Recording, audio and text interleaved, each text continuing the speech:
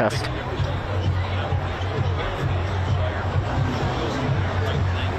I've been doing this many years. All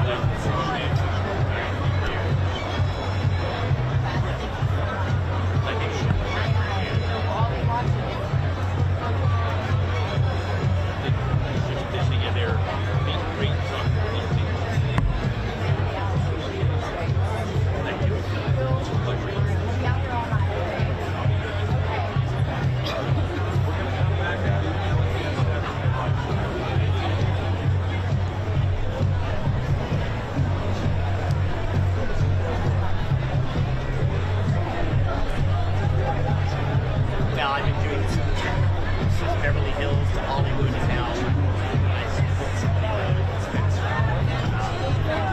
Who are you?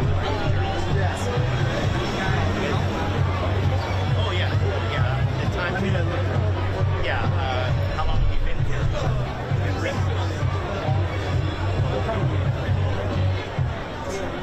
Yeah. Okay, so it's like 3 times.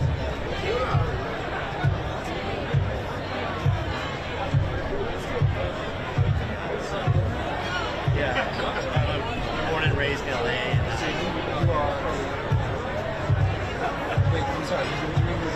Yeah, I'm the former ambassador official from Beverly Hills. Now I'm in Hollywood, and you guys wrote a big piece on me when I got laid off in 2009 recession.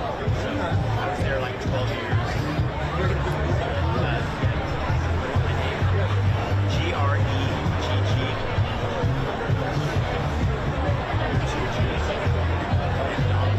D-O-N-D-A-N. Most of them know me.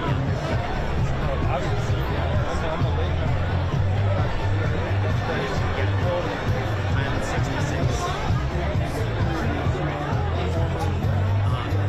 Ambassador for Beverly Hills, official ambassador for Beverly Hills. Robert Hills. They all, you just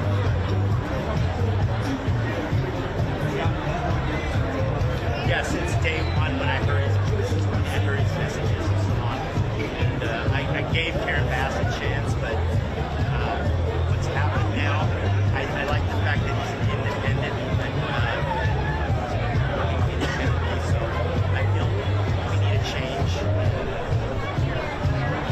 So I've known former mayors as Steve Garcetti and Karen Bass. What is your biggest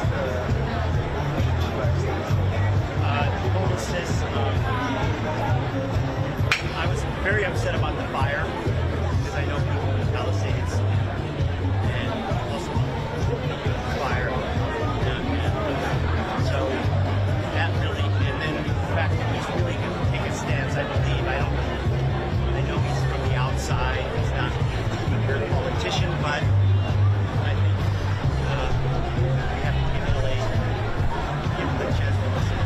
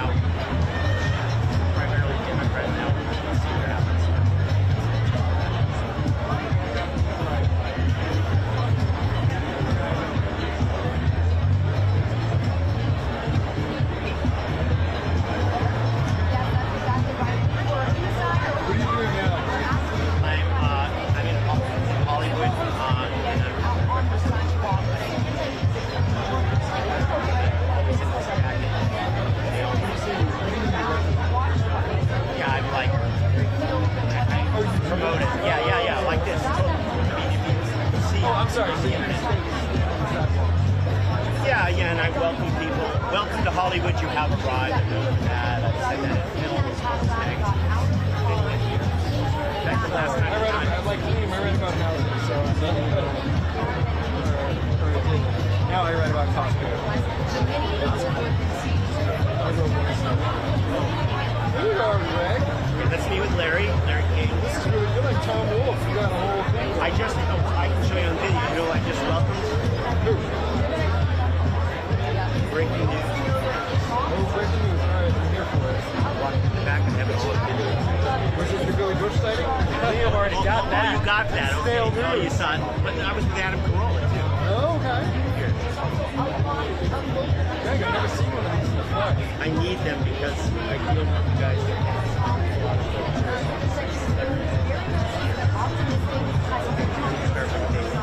Here we go. He's making some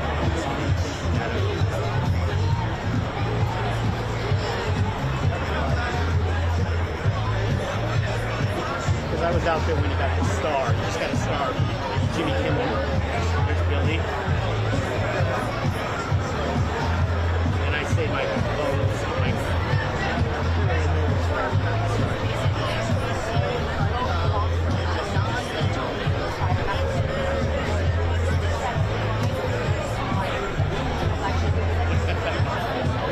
So there you go. Here we go. Thanks, Greg. You're having a good time. Yeah. What was your name, by the way? Liam. Okay. It's fun.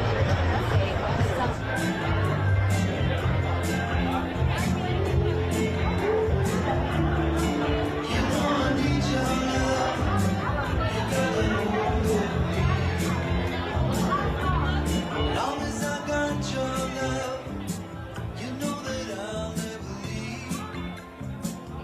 When I wanted you to share my life, I had no doubt in my mind. And it's been you, woman, right down the line. I know how much I lean on you, only you can see. The changes that I've been through have left a mark on me. You've been as constant as a northern star, the brightest light that shines.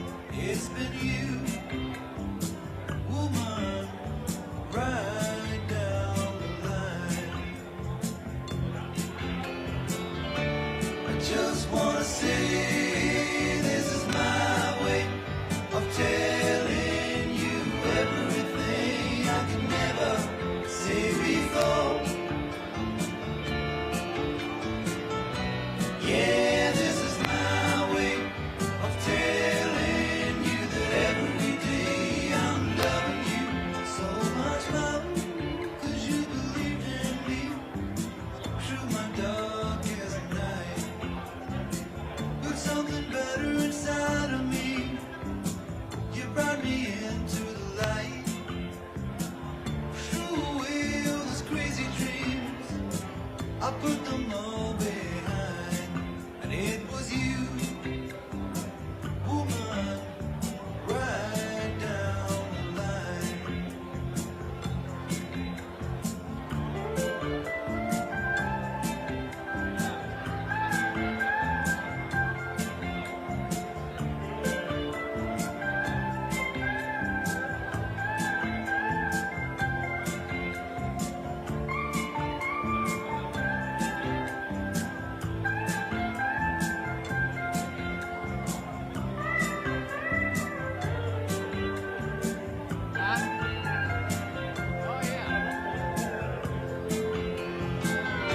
I just wanna say this is my way of telling you everything I could never say before.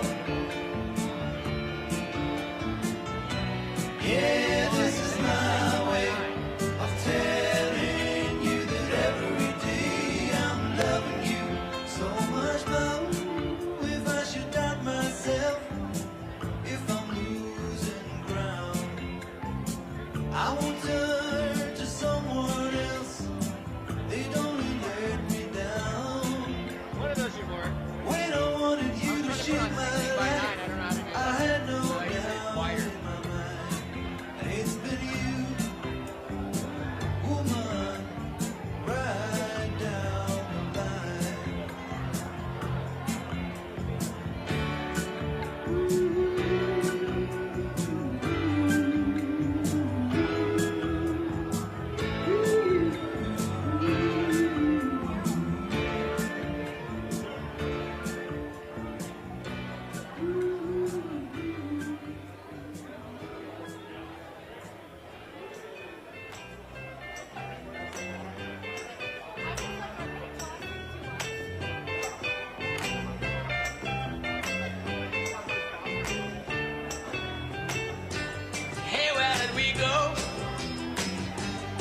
when the rains came down in the hollow, playing a new game, laughing and a running, hey, hey, skipping and a jumping in the misty morning fog with all our hearts that thumping and you, a brown-eyed girl.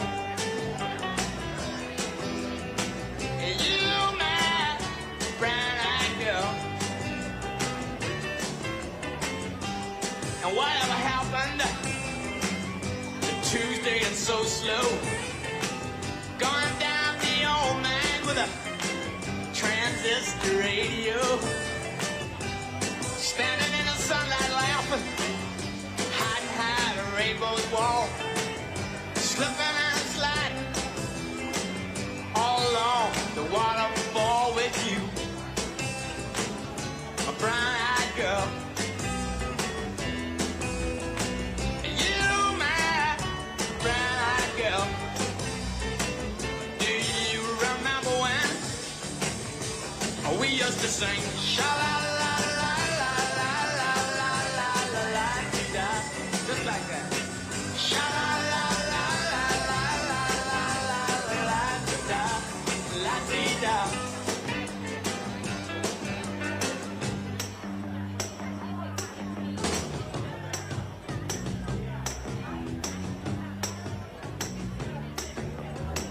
So hard to find my way now that I'm all on my own. I saw you just the other day. My, you have grown.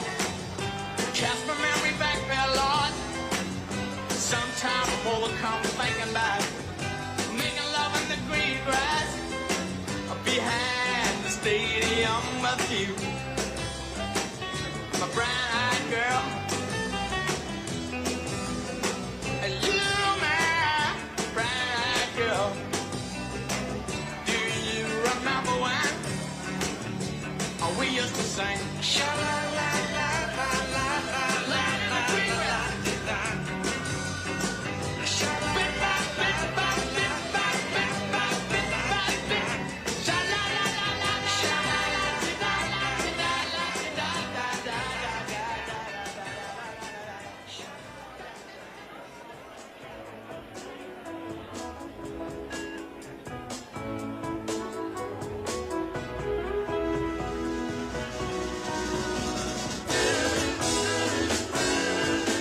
There's a port on a western bay, and it serves 100 ships a day.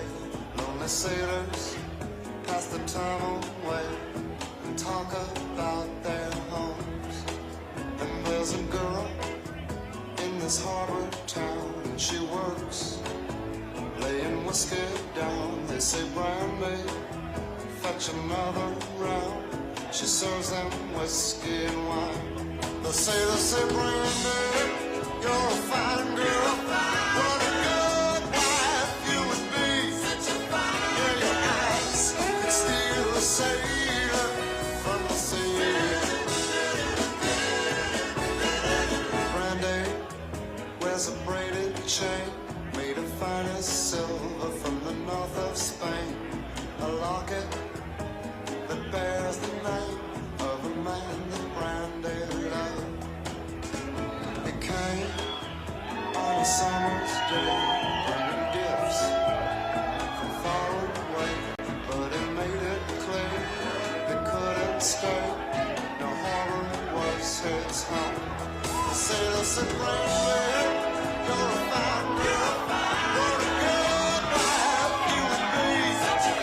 But my life, my love, and my lady is the same. Yeah, Brandy used to watch his eyes when he told his sailor story. She could feel the ocean fall and rise. She saw its raging glory, but he had always told the truth. Lord, it was an honest man.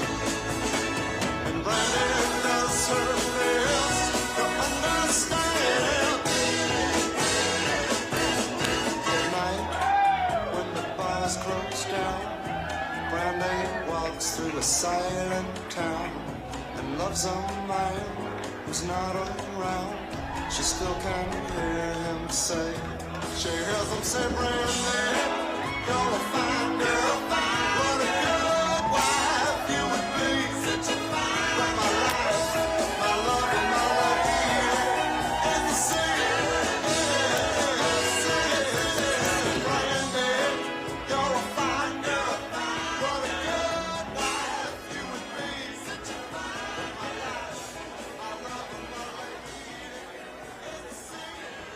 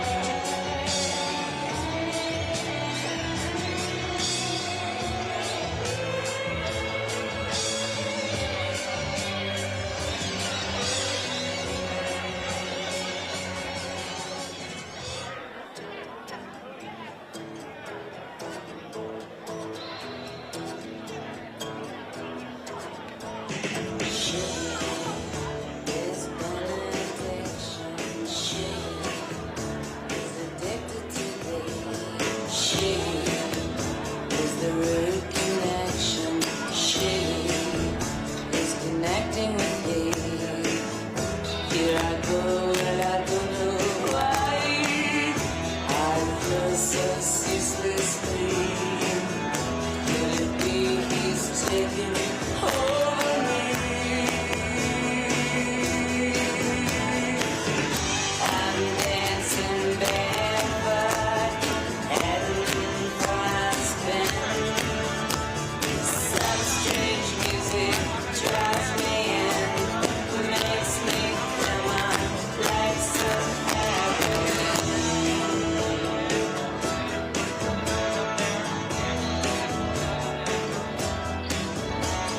She is sublimation.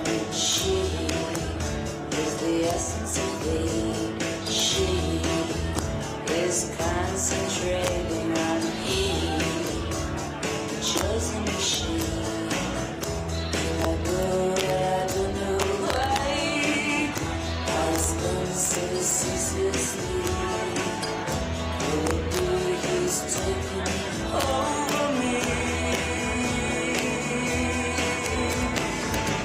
I'm dancing barefoot, heading for a spin. Some strange music draws me in, makes me come on like some heroin.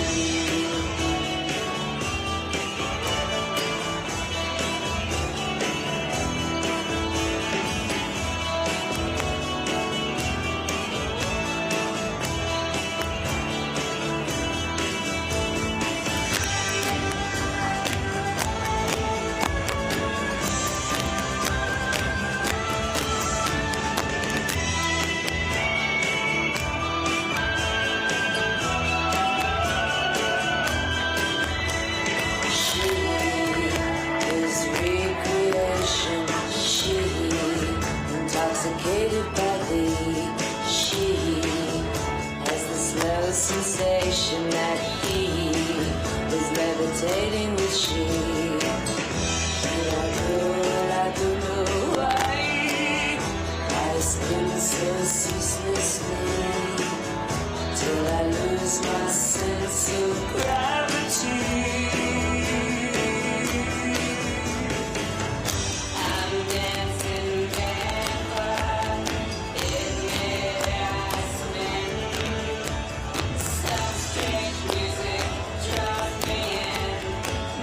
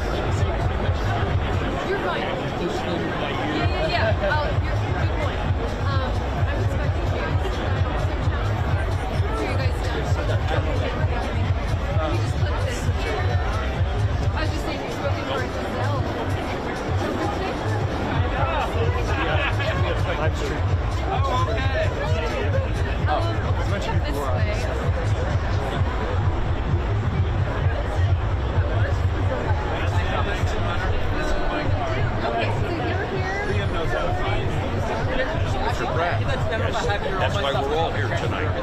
Yeah, so this is a private event, so all the media is outside on the sidewalk. We are seeing a lot of excited supporters going into the restaurant as well as even driving by and yelling at the fire. Now, as you mentioned, those results are trickling in right now. We're at about 39%. Right now, if the results were completed, it would be Bass versus Spencer Pratt in that runoff. But really, this is kind of what we're expecting tonight, a neck-and-neck race. And again, those top contenders moving on to November. We are expecting and hoping that Spencer Pratt will at some point come out here and address the media, but it's not guaranteed. We also did speak with his mom, as she was showing up tonight. She was saying she felt like he was going to win, and she also felt like she was extremely nervous. I asked her about everything that she's gone through, as well as Spencer Pratt these last several months since they both lost their homes in the Palisades fire, and she said that she can't stop crying. Now you think back to everything that's gone through with that family and them being here tonight, into the Will Pratt and possibly moving on to this election, this runoff. The city is lacking, and the things that he says he could bring to the table, and I do believe he can. I believe he's got the right advisors behind him. I believe he's got the right passion, and I think he can get it done.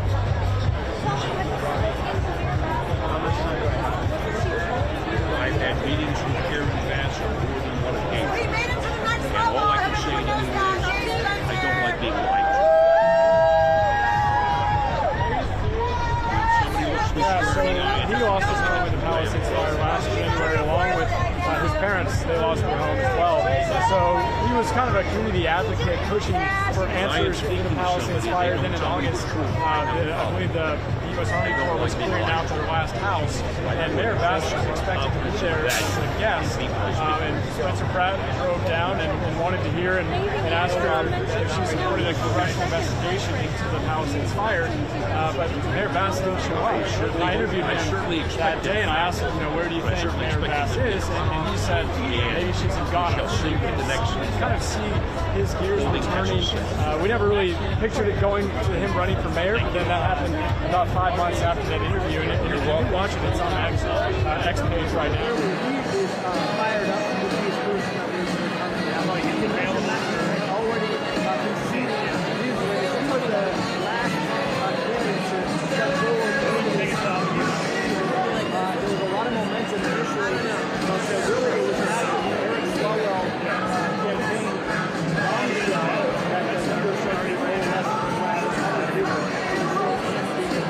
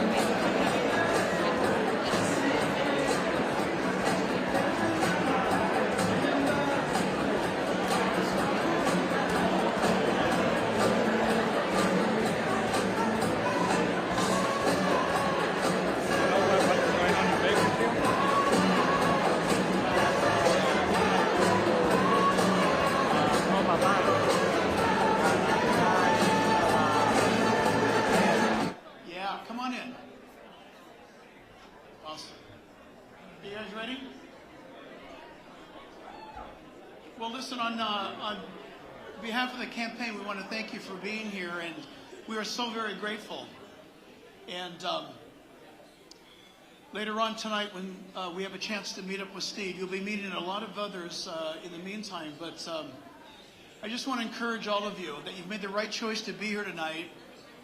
This whole trip, this whole journey started a long time ago, very privately, with Steve and I and Gina Gleason and a few others, where we sat down and talked, and many, many, many conversations, to the point where we're grateful to be in pretty much constant communication with Steve and his wonderful staff. And I'm telling you guys, this is the right man for the job in every way. In every way, Steve Hilton is the right man for the job. And so let's pray right now together. Let's give it to the Lord. Father God, we come before you tonight. And I know that for many of us, I recognize so many faces just coming in the building tonight. We've been fighting for California for almost 40 years in legislative fights and proposition fights and bill fights and candidates and issues, and gathering together at the state capitol and letting our voice be heard and all of these things. And Father, we ask you tonight, I ask you, though maybe nobody else will agree with me, God, I'm asking you tonight, will you encourage us tonight? God, will you encourage us with not only tremendous victories for the state of California, but for this nation, as elections are taking place nationwide right now, this night, this day.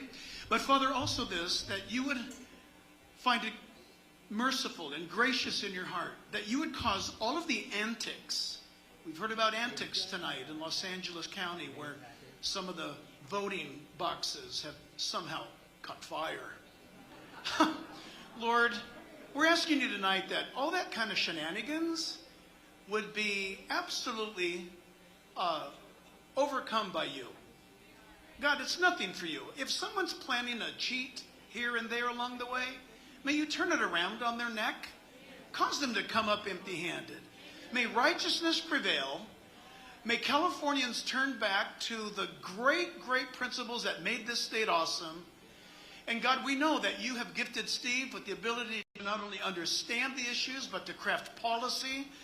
And I thank you for the relationship that we have been enjoying for quite a long time now together.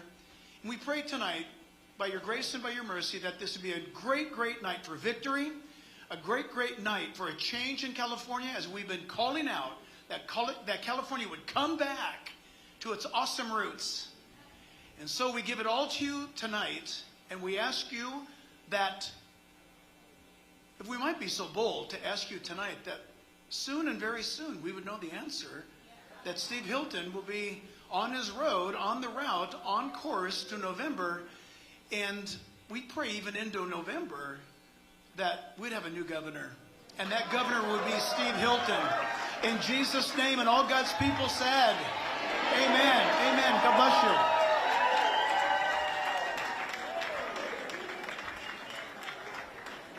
Oh, darling, darling, darling, walk a while with me. Oh, you got so much.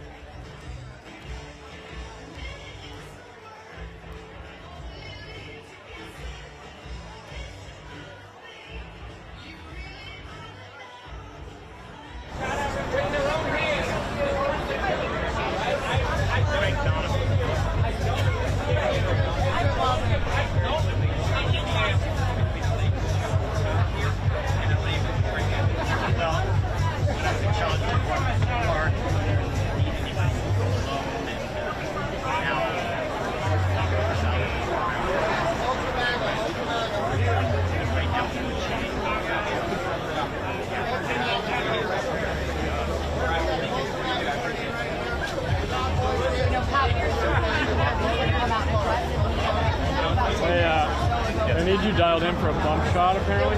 Cheering that was behind me,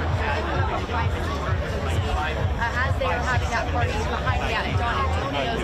I got a peek in though as somebody was walking through those countries, and I could tell that everyone was driving around. You want to stand behind me? And a lot of people had their phones out taking photos. Last time for the bump, I just went to the side. And then a social media campaign, Spencer Pratt, making a splash on the scene, not knowing him, except for his experience as a reality star, and he's leaned in to that social media presence. Take a look. This is when we arrived at the watch party earlier this evening with his wife, 19, of course, we know that and on the hit show from the early 2000s, The Hills. We have a number of social media stars here. This is like one of those Hollywood red carpet movies an election. But Adam Carolla is here. We also had Brady Jenner, who co-starred with him on The Hills.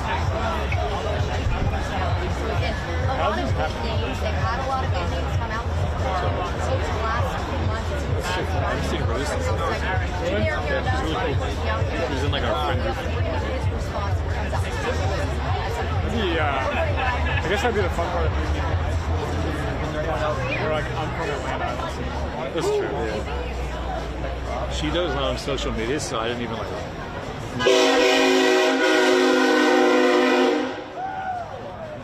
That was like, holy shit.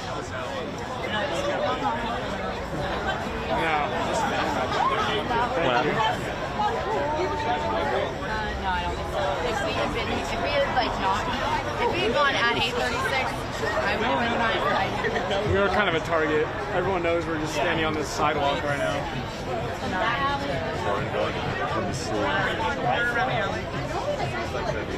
I know. Let me call my writer and see if.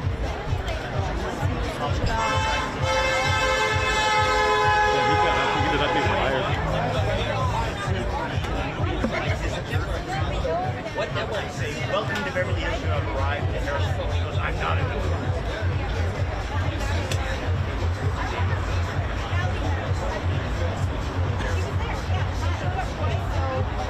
I don't know if I have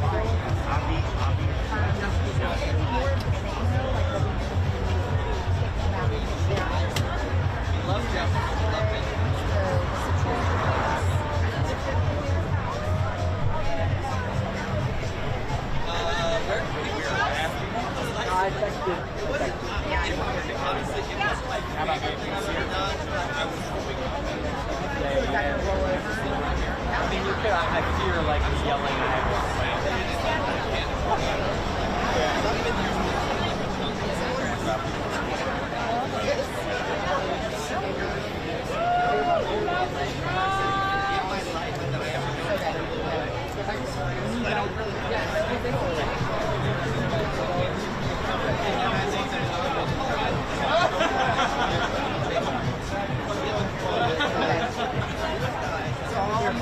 after this.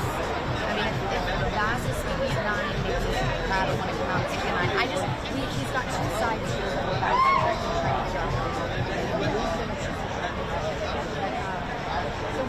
Okay, so I'll just go back to this top line, and then we can organize the meetings. I said not really tight. So do you just want to roll back what we just did at 8?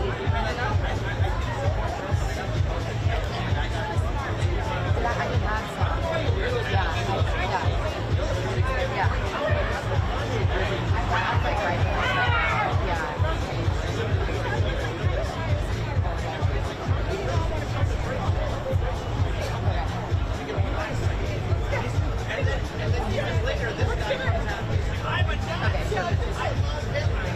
Okay, alright, I got it.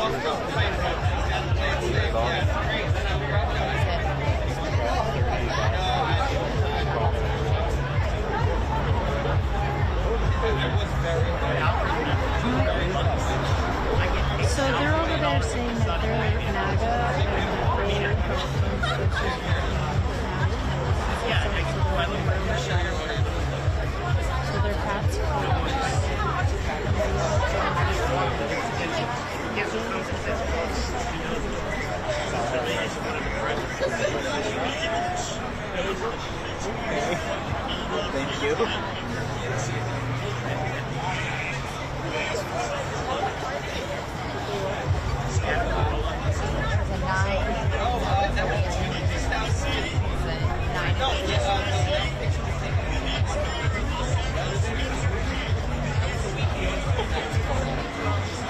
like an okay photo over here.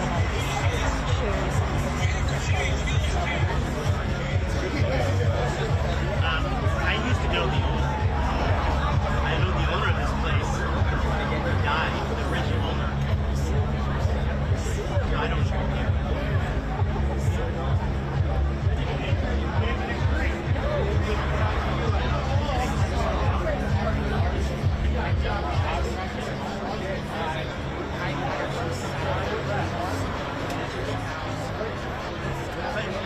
Can I ask? My shoes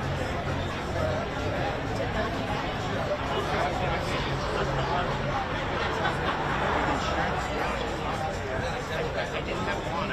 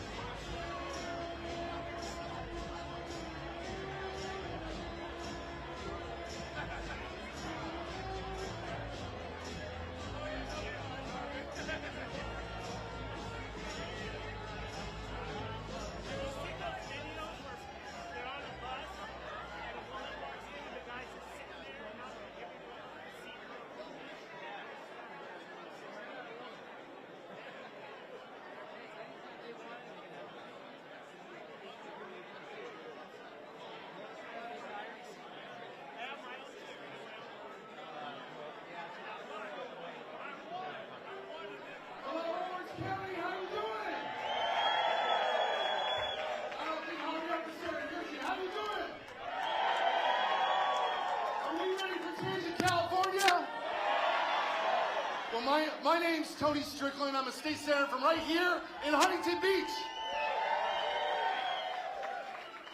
Tonight is the night that we turn California around. Tonight, right now where we are in California, it's the first time in California history since the gold rush, more people are leaving the state than coming in. And it's not because we live in an oasis. People are leaving our oasis to go to the frozen cold in Montana or the humidity in Florida and Texas. And it's not because we don't have great people here in California. We do. It's because the policies of Gavin Newsom and Kamala Harris has destroyed this state. I have good news for all of you here tonight. We're one leader away from prosperity to turn California around and make it golden again. And that leader is the next governor of California, Steve Hilton.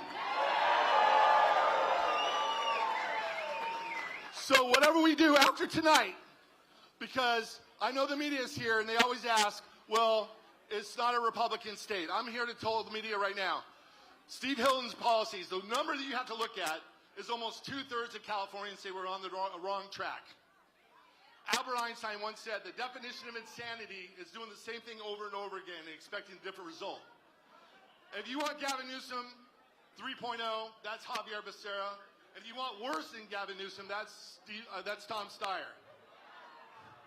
They had 14 years to lead, and they took us in the wrong path.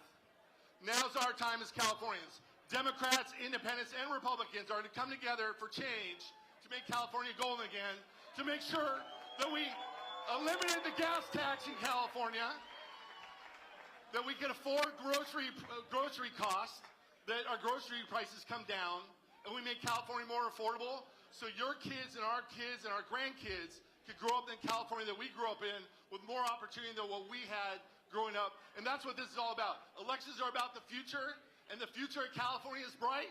And the reason why it's bright is because we have the next governor of California here tonight, and that name is Steve Hilton. So when we win tonight, we're only halfway there. We all need to come together tomorrow, work together, and do whatever we can to walk door to door, mend those phone banks, and do whatever we can to turn those independents and Democrats. They want to vote for Steve, but it takes all of us to knock those doors, man those phone banks, and when we do, we're all going to be part of the team that turned California around and made it golden again. Thank you so much. I'm Tony Strickland. Thanks for being here tonight. Let Steve hear you. Ready? 1, 2, 3. Hilton, Hilton, Hilton, Hilton, Hilton, Hilton, Hilton, Hilton, Hilton, Hilton, Hilton, Hilton, Hilton, Hilton. Thank you. God bless. God bless California. God bless Huntington Beach. Thank you so much.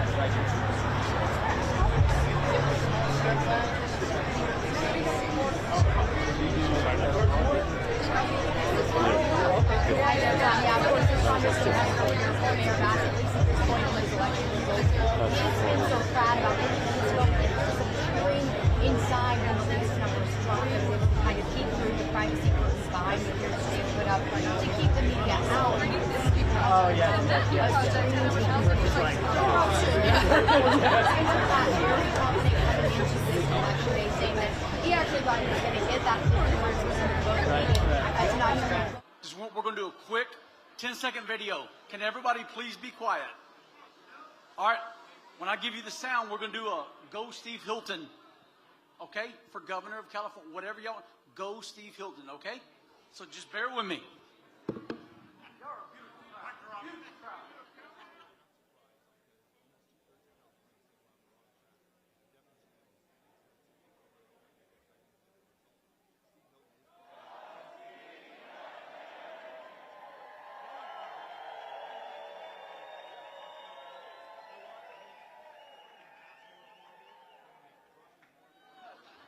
And thank you.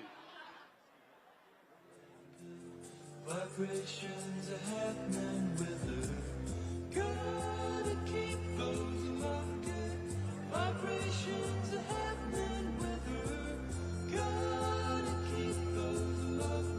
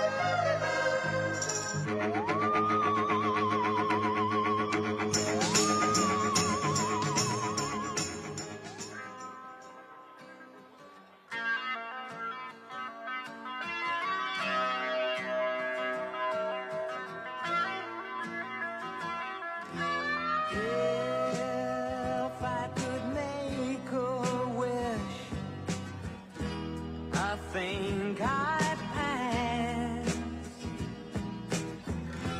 Can't think of anything I need.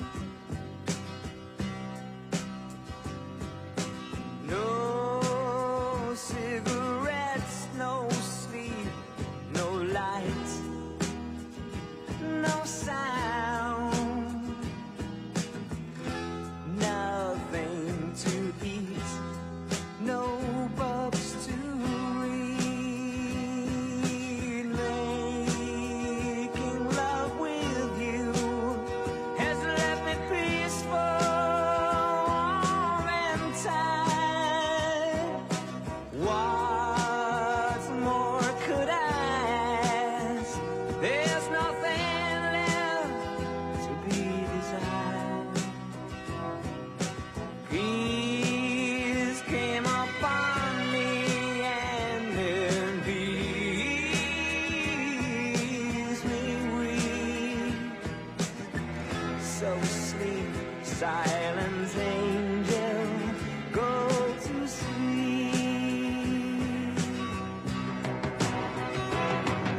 Sometimes all I need is the air that I breathe and to love you. All I need is the air that I breathe, yes, to love you. All I need is the air that I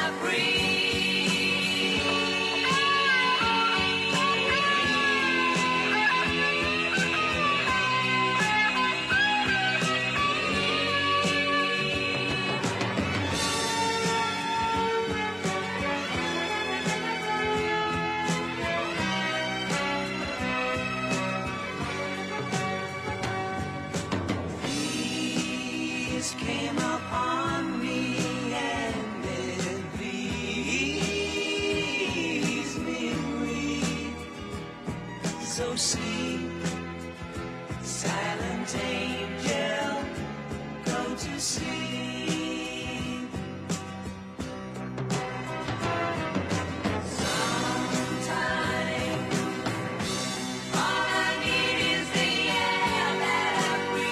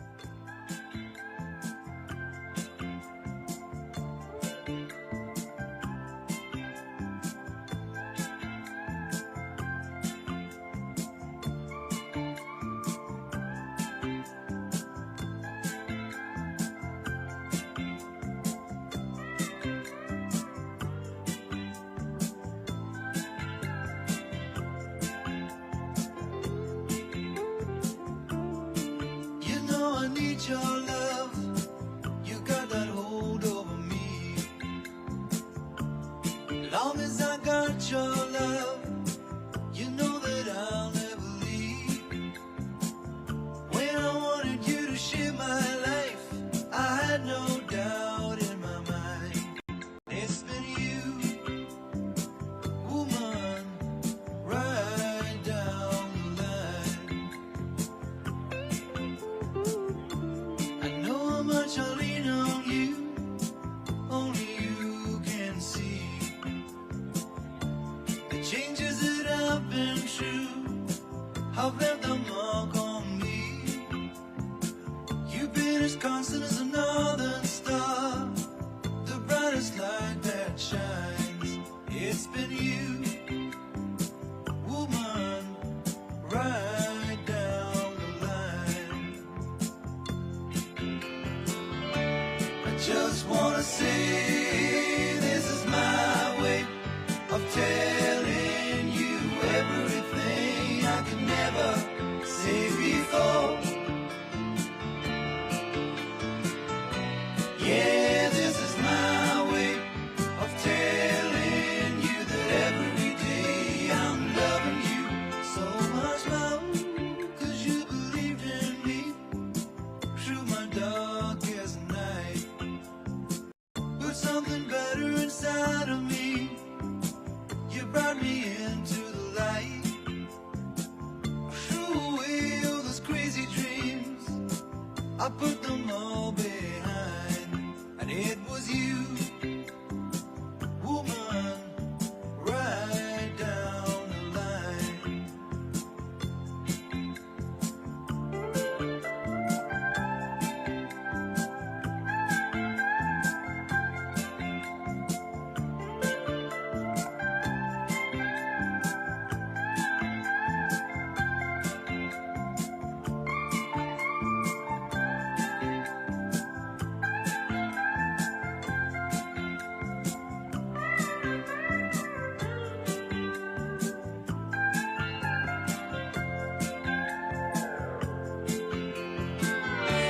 I just wanna say this is my way of telling you everything I could never say before. Yeah, this is my way of telling you that every day I'm loving you so much more. If I should doubt myself, if I'm losing ground, I won't turn to someone else. They'd only let me down. When I wanted you to shape my life, I had no doubt in my mind. And it's been you, woman, right down the line.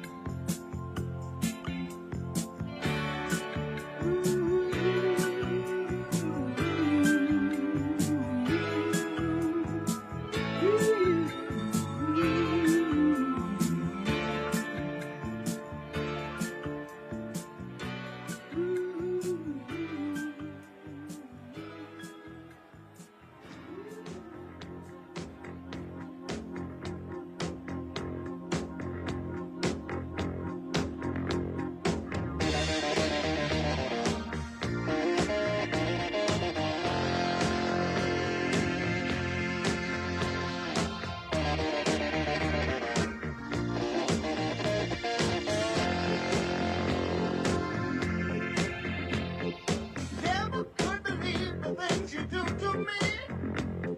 I never could believe the way you are. Every day I bless the day that you got through to me. 'Cause baby, I believe that you're the star. Everyone's a winner, baby, that's the truth. That's the truth. Being there for you is such a thrill. Everyone's a winner, baby, that's no lie. That's no lie. You never fail to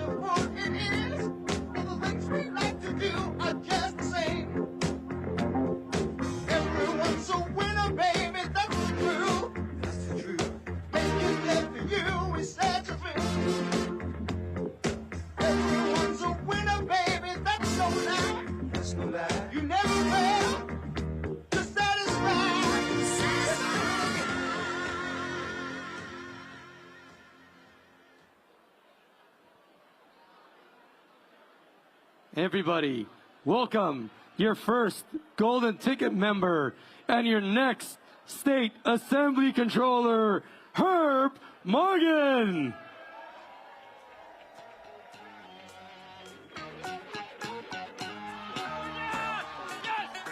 Yes, let's go! Hey, are you all watching these screens right now? Have you seen what's going on right now? In the last 20 years, no Republican in a primary in any of the 8 executive offices has cracked 37%. We had one candidate 4 years ago get 37. We've got multiple candidates in the 40s tonight. Yes.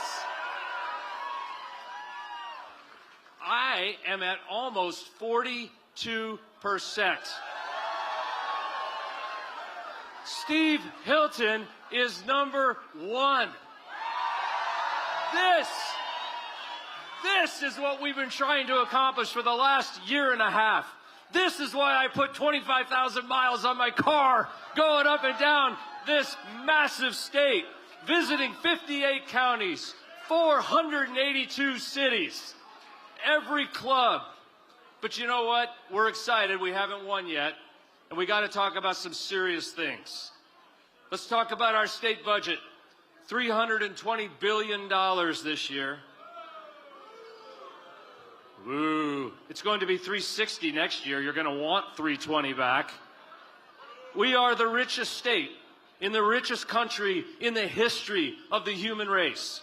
We spend more money per capita than anybody in the world. We spend $28,000 per student to educate our kids. And how are we doing? Yeah.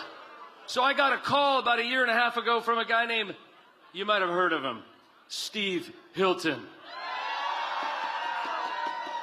Steve called me up. He says, I want to meet. I want to talk about bringing you on the golden ticket. I hear you're a finance guy. I said, yes, I am.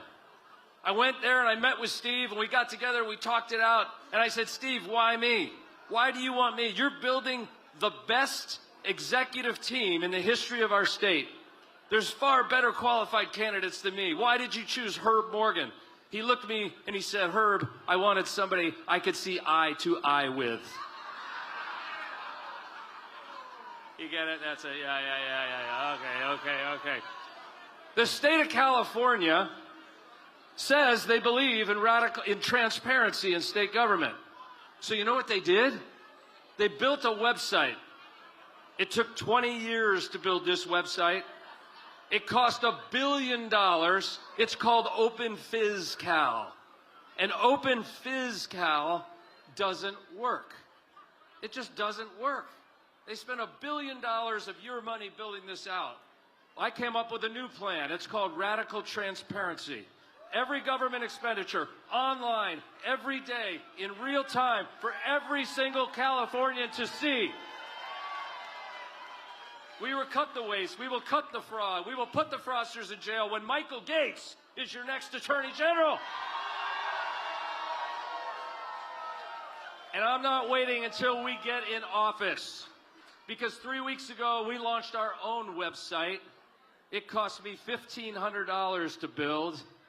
We scraped every data metric available, every annual report, every LAO report, and every data point from the state's Open FizCal system. We recreated a new website that works, searchable with every transaction.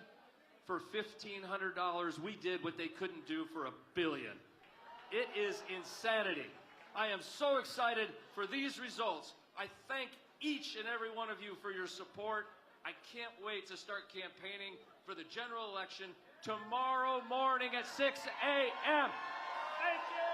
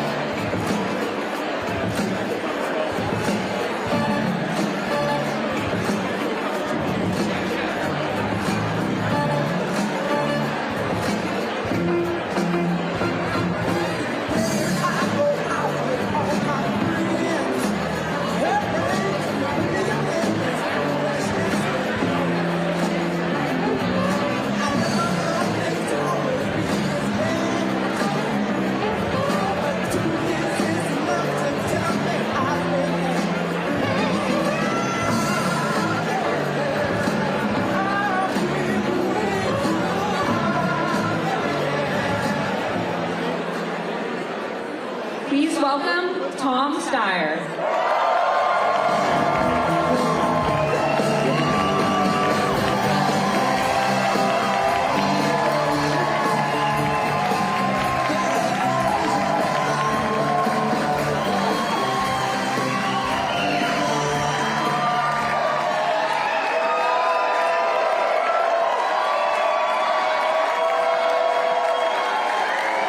Thank you all for being here. It might take some time to figure out where this is going. We're going to wait till every ballot is counted. We're going to give democracy a time to work, and we know we finished really strong. We're here tonight because our state is in crisis, and so is our nation. California is the richest state in the richest country in the history of the world. It's unacceptable that right now so many Californians struggle to make ends meet. We're about to see the world's first trillionaires, probably in California. We're already witnessing an explosion of wealth concentrated in the hands of the very, very few. The gap between the rich and the poor grows wider by the minute. Prices are higher than ever. Faith in government's ability to do anything is lower than ever. Californians are being priced out of their homes every single day. While it happens, we see billionaires do whatever they have to get whatever they can out of the system and do everything they can to hoard their wealth and avoid paying taxes. And we see corporations continue to rig the system for themselves, raising their prices to juice their profits. Screw that. California deserves better, working people deserve better, democracy matters, justice matters, the truth matters. Anyone who says otherwise is invested in a system rigged against you. Here's the truth, for every bill that's too high, there's a special interest profiting off keeping it there. They want you to believe that's inevitable, it's just how the market works. But that's bullshit. We don't have to accept this. This campaign has been about proving that. My vision for California is based on a simple idea. The well-being of the most vulnerable shouldn't depend on corporations and billionaires choosing to do the right thing. We should have a system based on fairness, not on asking for fairness, where the most privileged pay their fair share not by charity, but by law. A system that reminds them of what I've been saying since the very beginning of this campaign. You didn't do it all yourselves. The soon-to-be tech trillionaires built their wealth here because California enabled them to. Because ordinary Californians worked hard and sacrificed day after day, year after year, to create the system where those billionaires could realize the dreams they came to this state to pursue. The California I believe in is a California where recognizing that hard work and honoring that sacrifice is fundamental to assigning credit and to designing our society. This race, more than any other in recent memory, laid bare the basic operating principle of American politics, a very uncomfortable truth. Money talks. In this race, we saw what corporate money tends to ask for. Higher rents, lower wages, permission to pollute, to price gouge and to treat workers as disposable. And in this race, we saw the way that money from some of the wealthiest people and corporations in the history of the world mobilized when I said I tax it fairly. We saw a direct causal relationship between my plan for change and the $55 million of corporate money that's flooded in to stop me. Single-payer health care? Here come the insurance companies. Clean energy? Here comes Chevron. Taxing AI? What about Meta? Lowering electric bills? Hello, PG&E. To quote FDR, never before in all our history have these forces been so united against one candidate as they stand today. They are unanimous in their hate for me, and I welcome their hatred. But here's the thing. Their spending wasn't personal. It wasn't about who I am. It was about what the corporations believed I could do. For the corporations, elections are always about policy. For the corporations, politics isn't about parties, it's about profits. They do not think in red and blue teams. They think in red and black ink. They think in dollar signs and balance sheets. Their priorities and decisions have proved soulless. They're totally unconcerned with the well-being of working people, with the health of our democracy, with the very concept of justice. They will support who and whatever they have to in order to usher in a future that is beneficial to their bottom lines. It's why they uniformly back Trump. It's why they uniformly oppose progressives. And none of that was unique to this race. Here they were just especially brazen, because here they were especially scared. The dollar amounts are different, but in elections everywhere, the principle is the same. You want to fight for working people at the expense of corporate profits? Watch corporations do everything in their power to stop you. Usually they try harder to hide what they're doing. And usually they're confident that if they spend enough, whoever's threatening their profits be forced to back down and go away. This is how working people have been priced out of our politics. This is how the system protects itself. And I'll be the first to say it, that isn't how the system should work. You shouldn't have to be a billionaire to run on single payer. Or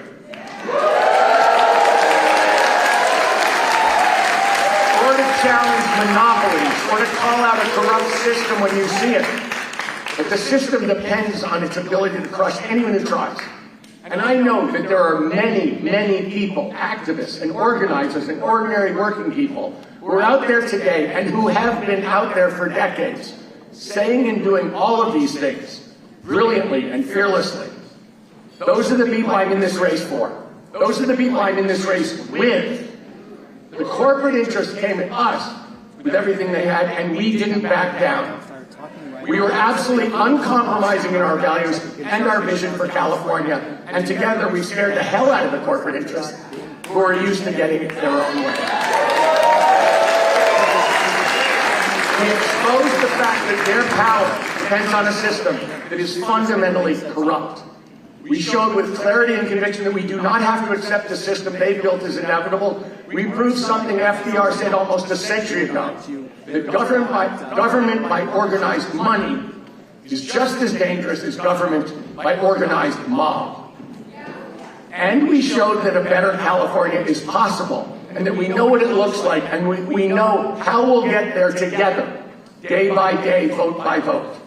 Because together, all of us in this room believe in a not-so-radical idea. California can work for working people. Because we believe in a California where we have single-payer health care. A California where we have clean air to breathe and water to drink. A California where young people can imagine a future in the place they grew up. A California where corporations and billionaires who got rich here and then pulled the ladder up behind them do pay their fair share and are actually proud of their contribution to the 21st century society. That's us, that the rest of the world admires. That's what we're fighting for together. And that's what the corporations are hell-bent on stopping, because they know what we know. If we win, corporations lose. I've always been an optimist, and tonight I remain an optimist. None of this is far off. These dreams are not too big. The better California we've been fighting for is possible, and it's coming. I know that because I know Californians. I spent the last 6 months traveling up and down the state, talking to people in the Bay, in LA, in the Inland Empire, people in Santa Rosa and Riverside, in San Diego and San Jose, people in communities along the coast and in the valley and in the foothills. And everywhere I went, I heard the same thing. People are fed up. They know what's happening. They see it with their own eyes. They know who the villains are. They know they deserve better. And they're willing to fight with everything they have to win it. It will be hard work. It is hard work. But we're here tonight because it's happening, because we're making it happen. I've never felt more confident that California is the greatest place in the world, and that Californians are the greatest people in the world.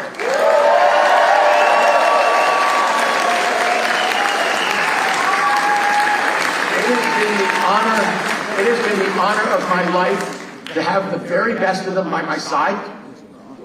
To my family, thank you for everything. None of this would be possible without your love. To my team, thank you for your hard work every single day of this campaign. To the people of California, I say it all the time, there are no people like Californians. You are the best of the best. Thank you for the doors you knocked, the calls you made, the tweets you posted. Thank you for showing up to our town halls, for asking tough questions, for believing in a better California, and working so hard to bring people there with you. I'm so grateful for each and every one of you. We've done the hard work and we did it together. Together we put the corporations on notice. Together we demanded more and better for the best state of them all. And now we just have to be patient. Thank you very much.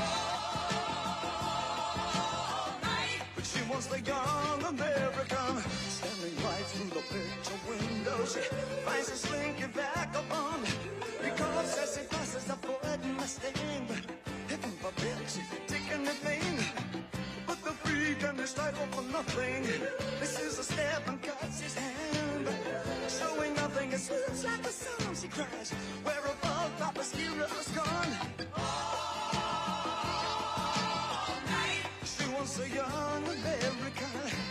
Young America, young America. She wants a young America. All right. Well, she wants a young America. All the way from Washington. Her breadwinner begs off the bathroom floor. We live for just these 20 years. Do we have to die for the 50 more? All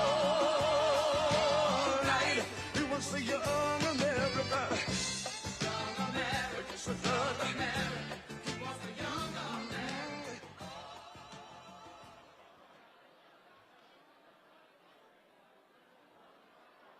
From Orange County, introducing Director of Cal Dodge, and your next Congresswoman from the 47th District, Jenny Ray LaRue.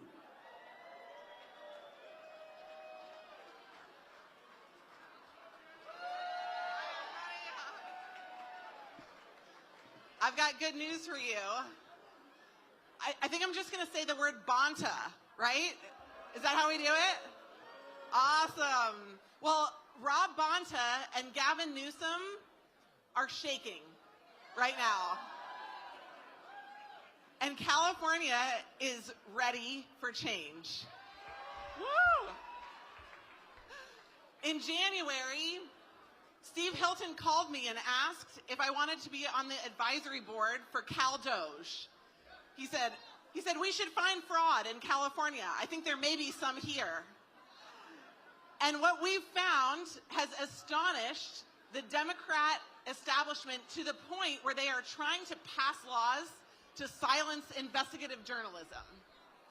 And we are so excited because you know what that means? We have found the source of their power. They are afraid. They are shaking. Gavin Newsom and Rob Bonta are on defense, and they have never been on defense before.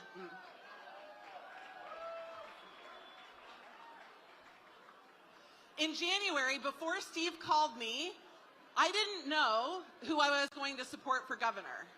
But I've had the opportunity over the past few months to work directly with him to find fraud, to tactically begin to make a difference for the state of California.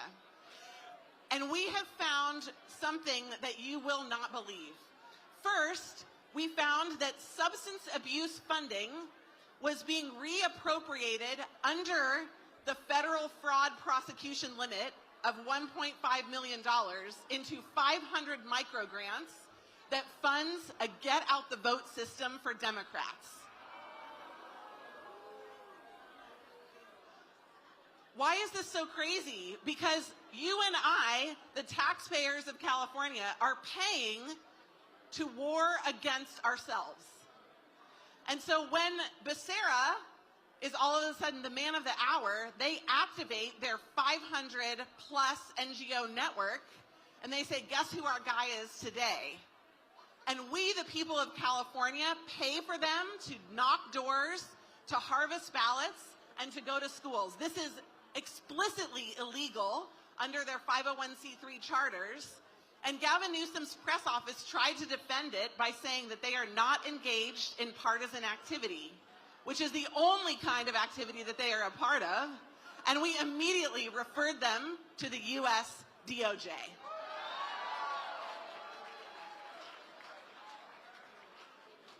Our second case was a case of a Green New Deal scam in California. $1 billion dedicated to put solar panels on the roof of affordable housing in California. But there's just one problem. The affordable housing owners are developers, but the voters are the residents of those buildings. And so what they did, instead of spending $1 billion on the solar panels, is that they spent $72 million on solar panels and $928 million on get out the vote, community organizing, and political activity. Again, explicitly illegal under U.S. federal law. So just to have some fun, we referred that one to Sacramento, to the organization that oversees it, and guess what they've done? Absolutely nothing. So guess what we did with that one? We sent it over to the U.S. DOJ.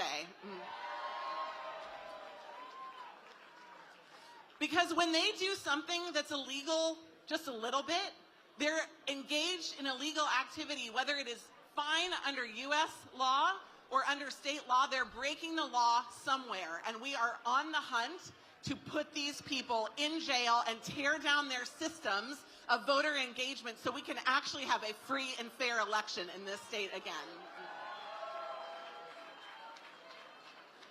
So by the time we were telling these stories, we said, hey, I bet there's more out there. We did one on homelessness. $745 million of homes we paid for the homeless in LA County are unused. They are empty right now. Not only did we pay exorbitant amounts for them, but they are empty, and there is no ruling that they have to put someone in them. This is why Spencer Pratt is going to be the next mayor of Los Angeles. Because Project Homekey is a money laundering system that the state of California has used to get Karen Bass elected, and they will not keep her in power because we are tearing them down. The last one, potentially the most astonishing of all, is an organization called Churla. And we fund Churla too. We spend our money to let them defend immigrants to stay in the country illegally. But we do more than that, as we discovered. And you know how we found this one? We read their federal filing forms. And on their own forms that they submit to the federal government, they told us 2 ways they are breaking federal law. And no one has cared enough before to do anything about it. The 2 ways are that they are hiring illegal immigrants to knock doors for candidates. They're hiring illegal immigrants to knock doors for candidates. We, the Californians that pay taxes, are hiring illegal immigrants to knock doors for Becerra.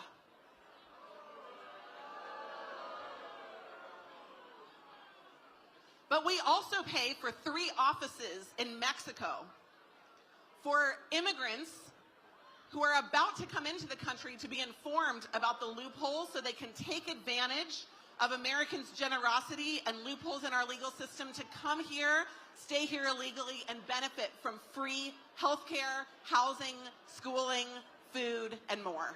It is unacceptable. We will stop it, and guess what we did? We referred it to the DOJ. We have also been tracking arrests in hospice. The first week we started Doge, guess whose phone number I got? Nick Shirley. I love that guy. He is a national treasure, and we need him to spend as much time as possible in California. So every time he comes here, I need you guys to come to our events to support him and his work, because he is the most important strategic advantage that we have in the state right now to expose fraud and corruption. And about 30 minutes ago, my race was called. I'm in the top 2. I'm going to November.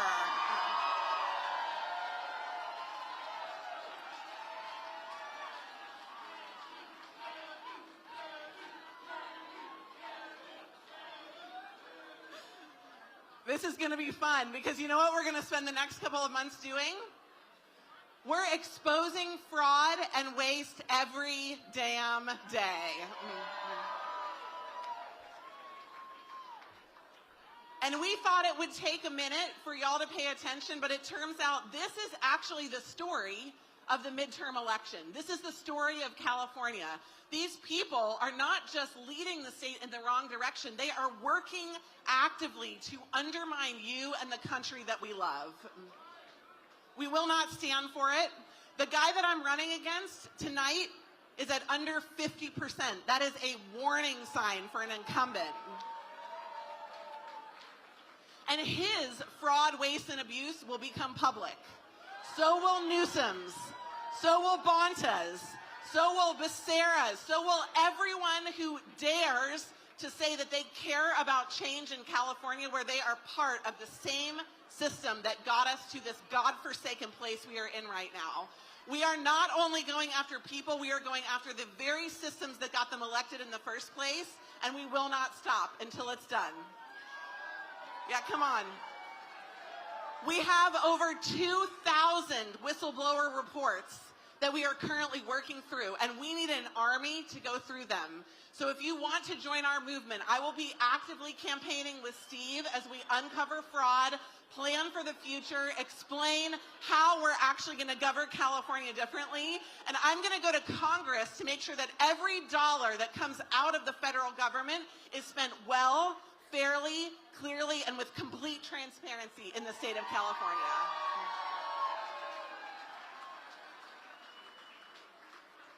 In just a minute, you're going to have a chance to hear from the man that we came here tonight, the man who brought a team together and who said, we're not going to wait to demonstrate to the people of California what they get when they elect us, because it's not promises, it's plans, it's change. We are already doing the work, and we are doing it for free. Imagine what we will do when we have commissions, when we have positions, when we have budgets, when we have programs. What we can do for the state of California is the most hopeful thing I have experienced in the decades that I have lived here. And we will do it together. I'm grateful to Steve for trusting me with the position as the director of CalDOJ. I will not stop. We are not done. This is going to happen all the way to the finish line. Thank you so much for coming tonight.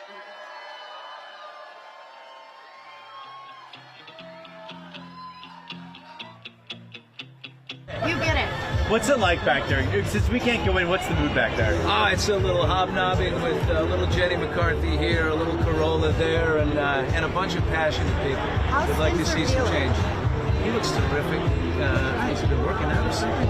He's in good shape. He looks fresh. Heidi looks terrific. Are you guys watching the poll numbers come in? What's the move? We're watching them in there. Yeah, there's a website on a big screen, and so every once in a while, they hit refresh, and we keep waiting for that to happen. And the last big move was he was 10 away from Karen, then he went to 6. And it's a helpful big board. I learned something new as I looked at the board, and that is that Karen Bass's middle name is Ruth. I had no idea it was Ruth. This is very exciting. Hey, Spencer, give us a sense of his demeanor. With him maybe possibly now looking pretty solid going into the general, how is he looking back there? How is he feeling? What is he saying? Listen, he's been positive as can be from the beginning. He's a manifestor.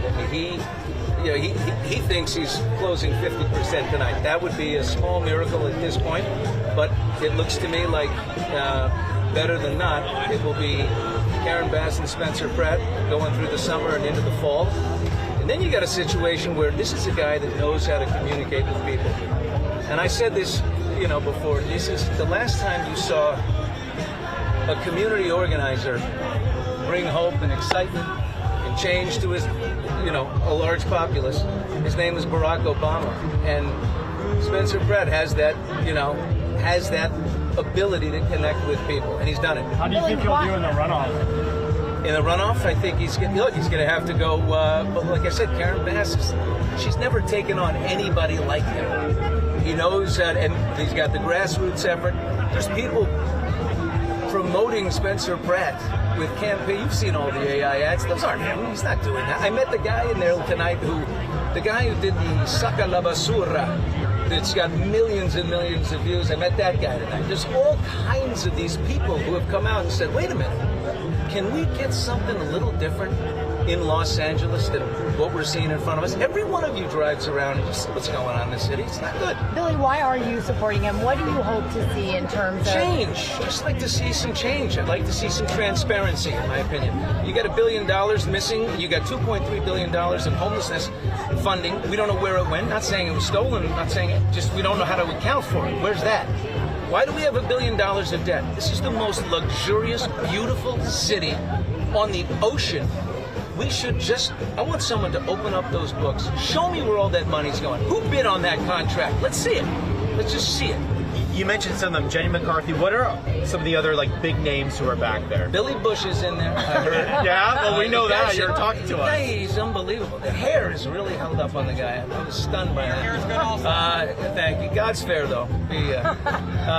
Jenny's in there. I saw Corolla. I saw Adam. Okay. I saw Valentin Chmelakovsky from Dancing with the Stars. And Brody Jenner. Oh, Jimmy Kimmel. I saw Jimmy. Jimmy's in there having a couple of drinks. Okay, maybe not Jimmy. I saw a guy in a mustache that looked a little like Jimmy. No. But, you know. Did you tell Spencer to come out and talk to us? What do we got to do to get a combo with him tonight? How about this? I sent him a text as soon as I leave here and say, when that goes your way, go out and see. He will. I'm sure he will. He's very grateful that you're all here, I'm sure. So am I. Thanks. Thanks, Billy. See you guys. Appreciate it. Take care. Thank you. Nice to see you all. Appreciate it. Hey, take care. Thank you so much for coming. I want to make sure I... Oh, yeah. I don't cover Hollywood. The actual show, yeah. Thanks, man. Thank you. I got to send this to Adam. You guys know my dad, right? You say hello to Dad? Thank you for everything. I'll talk to you later, buddy. I'm sending you guys over. Yeah, you guys can pay me if you want. If I brought him over here so you all could talk to him together. And donuts. I take donations. And donuts. And donuts. Oh. I told Emily.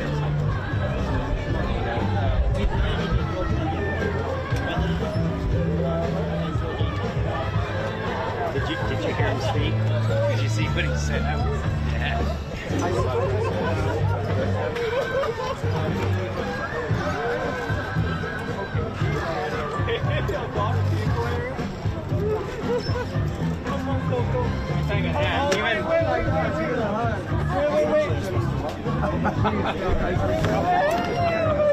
Sorry.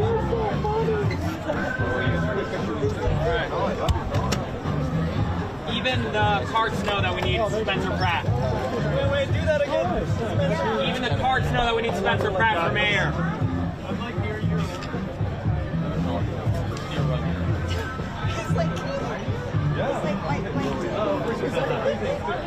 How do you make him go?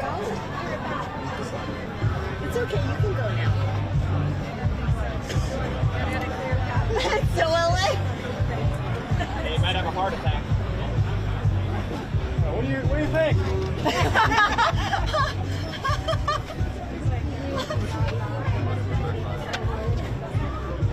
It's very funny. Gotta replace this.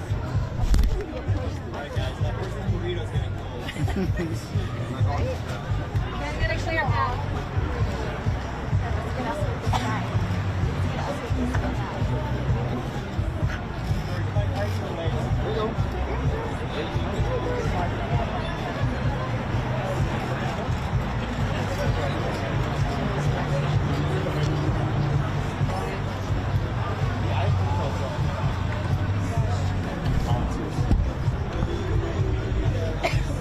Hey, Sam. So the writer says they can't get any of the stuff tonight.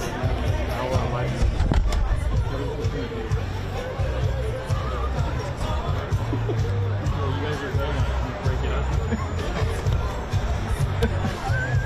Yeah, but how does it work? So how do we chop it?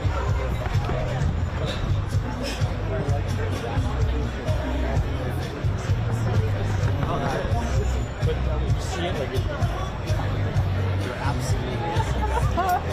It's just like,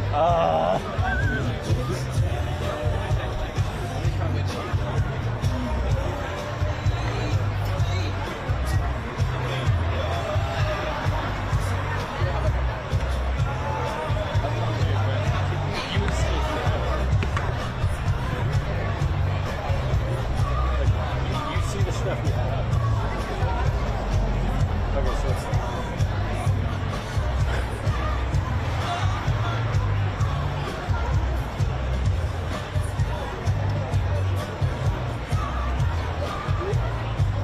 Okay, thank you. That's all.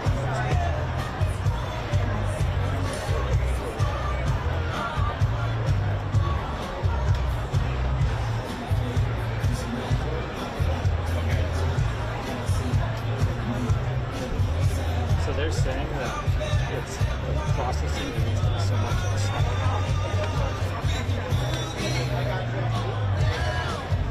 It's really dumb.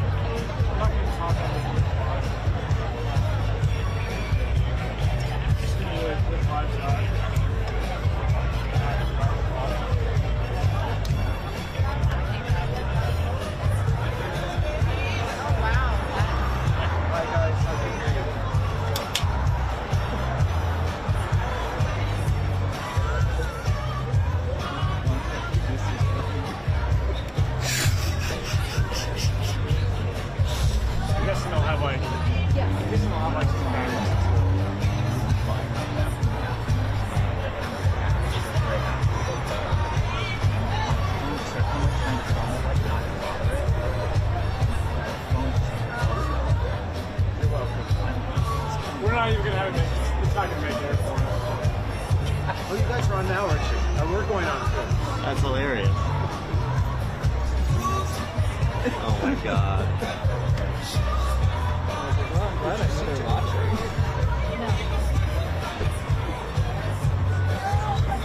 Yeah, that is nice. Sometimes I can't see out this fun.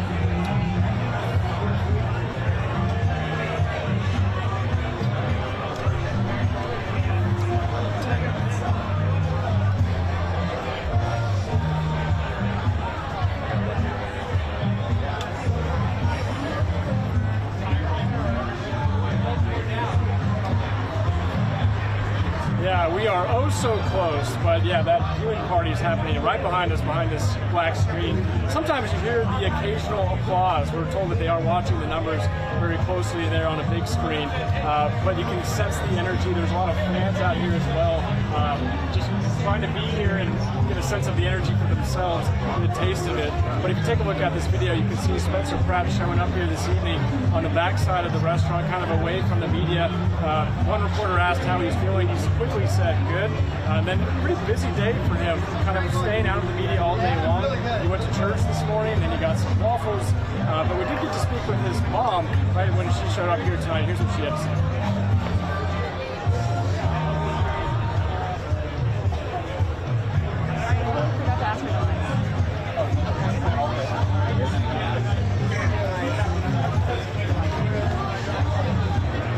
So he actually launched his campaign at this same location about 5 months ago, and that night there were 2 cameras here tonight. There was more than 20, and you can see Sam Dubin will show you there's lots of fans out here as well. We spoke with Billy Bush, who came outside. He's visiting this party. He says that the mood in there is very positive, and us, we're also expecting and hoping that we can also possibly speak and get some reaction from Spencer Pratt tonight as well. We're live.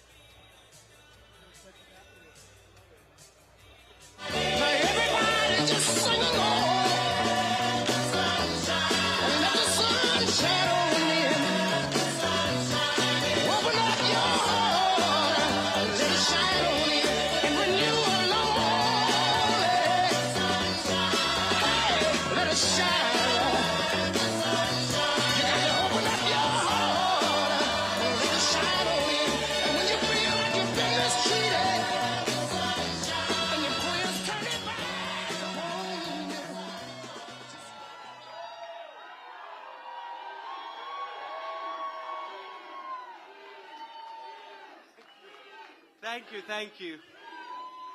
Well, you've been there right from the beginning. So you got all the gear. Thank you so much. Thank you very. We're not quite there. He's got a hat saying Governor Hilton. That's November, right? So about a week ago, when we were planning this event, I wanted to put a message on the stage here. And I wrote these words, and I thought, is that a little premature to write the words, change is coming? I don't think so, because change is coming. Change is coming to California. Change is coming to California, and it's long overdue. I want to just say something from my heart to every single person who's voted for me. We're not there yet, but it's looking good. It looks very much as if Californians really will have the chance to vote for change in November and take our state in a new direction, a fresh start for our state, which is long overdue. But I just want to say something to every single person who voted for me, and every single person who voted in this election, whether you voted for me or not. I am here for you, for every single one of you. Because I have to tell you, it's the greatest honor of my life to stand before you now. Well over 1 million Californians have put their faith in me. The number is rising. But here's what I want to say as someone who is a new American citizen. So proud to be an American. So proud to be a Californian. What an incredible honor. The first time I've run for office, over 1 million people and rising, voting for me to take this incredible state in a new direction. And I know that some of you may be watching and saying, who is this guy with a funny accent? Thinks he can be governor of California. Well, you know, there was actually an immigrant who was governor of California not that long ago. Not that long ago. And I remember when I became an American citizen, that certain governor you may remember. He said, congratulations. He made a very nice video. He said, but Steve, you got to get the wrong jacket. You got the wrong jacket. And I made a pledge that day that one day I would get the jacket that Arnold told me to get on my road to being governor of California. And here it is. I am a proud American. There's the jacket. And I am a very proud Californian. A very proud Californian tonight. Arnold, that was for you.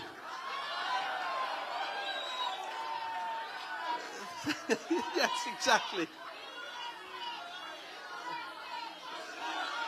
So, you didn't see it.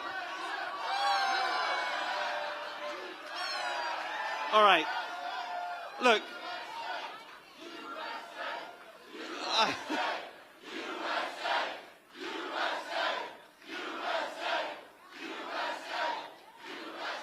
And California. So I've been traveling this state for the last year. We started off a scrappy little startup, just a handful of rebels, believing that this state could be better than it is today. We're already the best place in the world, no question about that. There's nowhere better than California.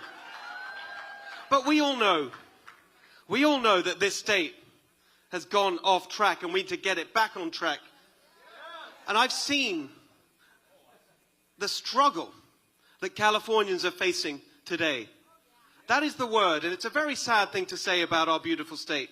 And as I've been on the road and doing hundreds of events and the town halls and all the people that come, and I see it in your eyes, the struggle of running a small business, the struggle for working people in California. Young people who don't see their future in California anymore, who think that they have to move to another state to have that dream of owning their own home that we used to offer better than anywhere else in the world. That's what we need to get back for California. the belief that we can offer that. And so to every young person watching in California, whether you voted for me or not tonight, I just want you to know that I see you. I believe in you. I know that you can do it. I know that we can do it. We can make California a place where when you work hard, it's not just a struggle. That's why my plan is so simple and practical, not ideological. We've had enough ideology in California, haven't we? It's time. It's time for positive, practical things. I'm fighting for working people in California so that you can keep more of what you earn. The best way to put money in people's pockets is to take less out of it in the first place. And that's what I'll do as your governor. Your first 100 grand tax-free. Simple, practical things to make life less of a struggle for working people and for small businesses.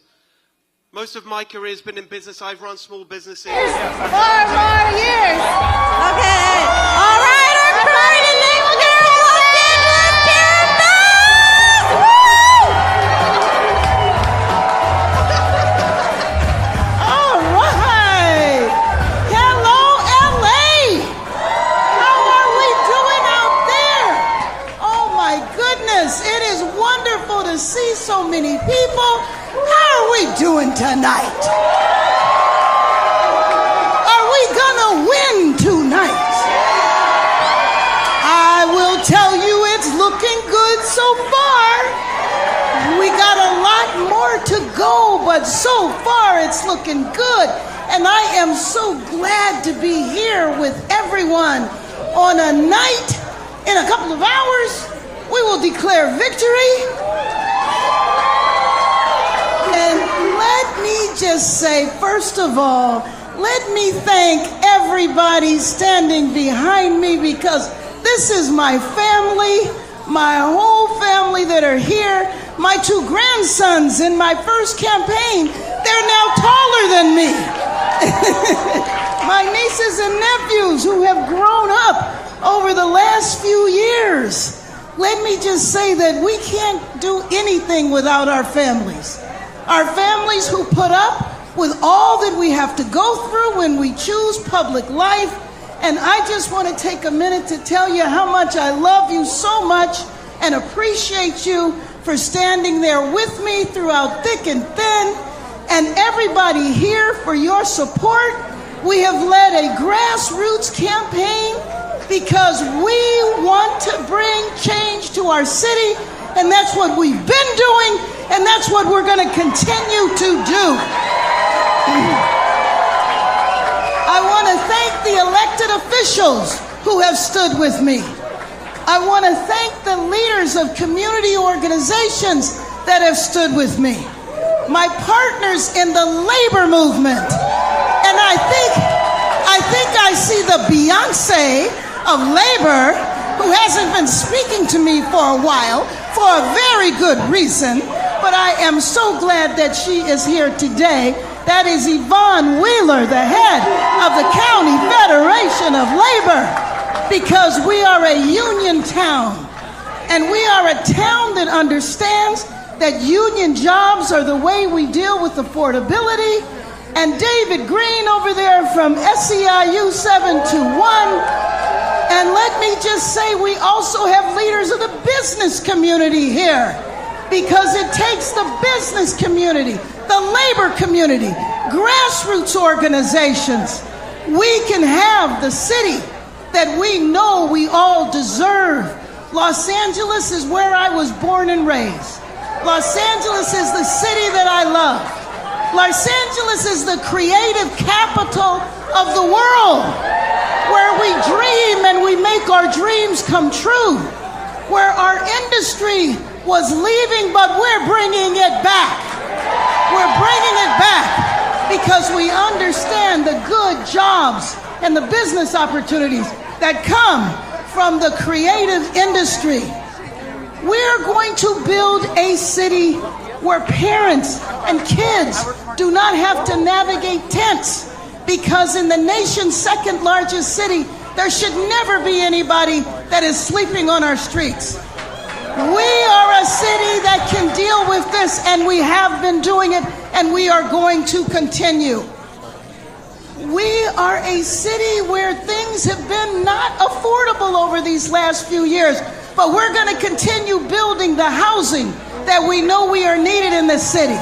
42,000 units are already underway, and in the next 4 years, we're going to finish those 42,000 units because we know that that's the key to affordability. And we are a city that is unified. You just think this Saturday marks 1 year from the dark day in our city when we all had to face the raids by ICE. And they thought that they were going to divide our city. But nobody divides Angelenos, right? Because we stand up for each other.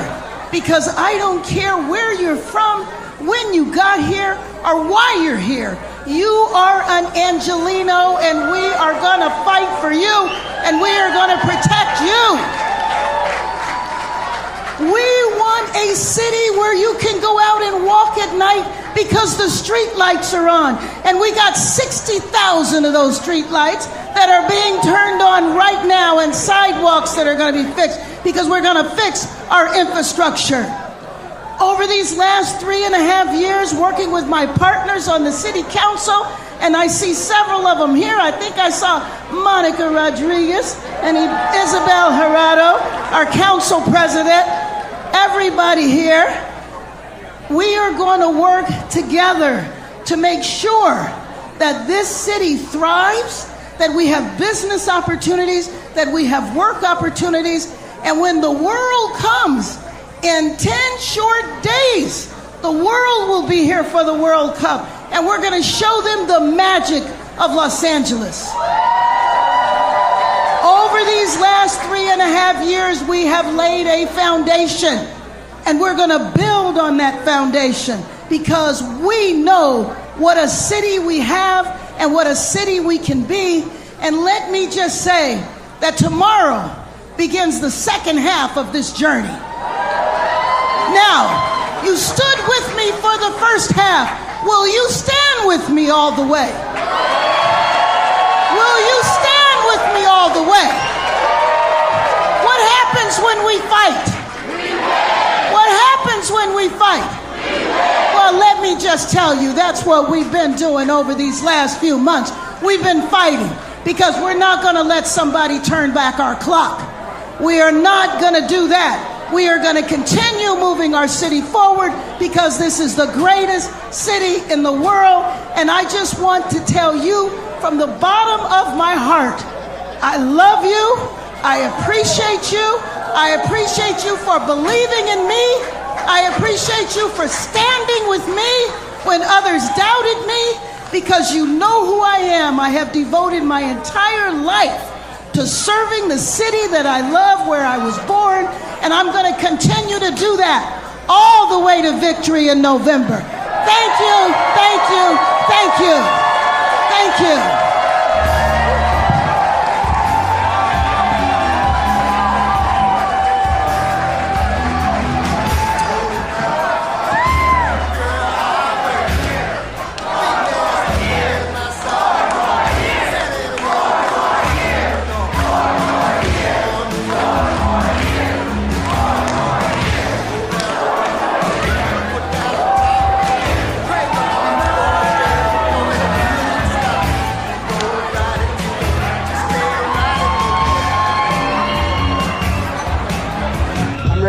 God puts in front of me, and obviously I was going to accept whatever God's plan was tonight. I was going to be happy if I wasn't moving forward because I would have known that God didn't want me to be the mayor.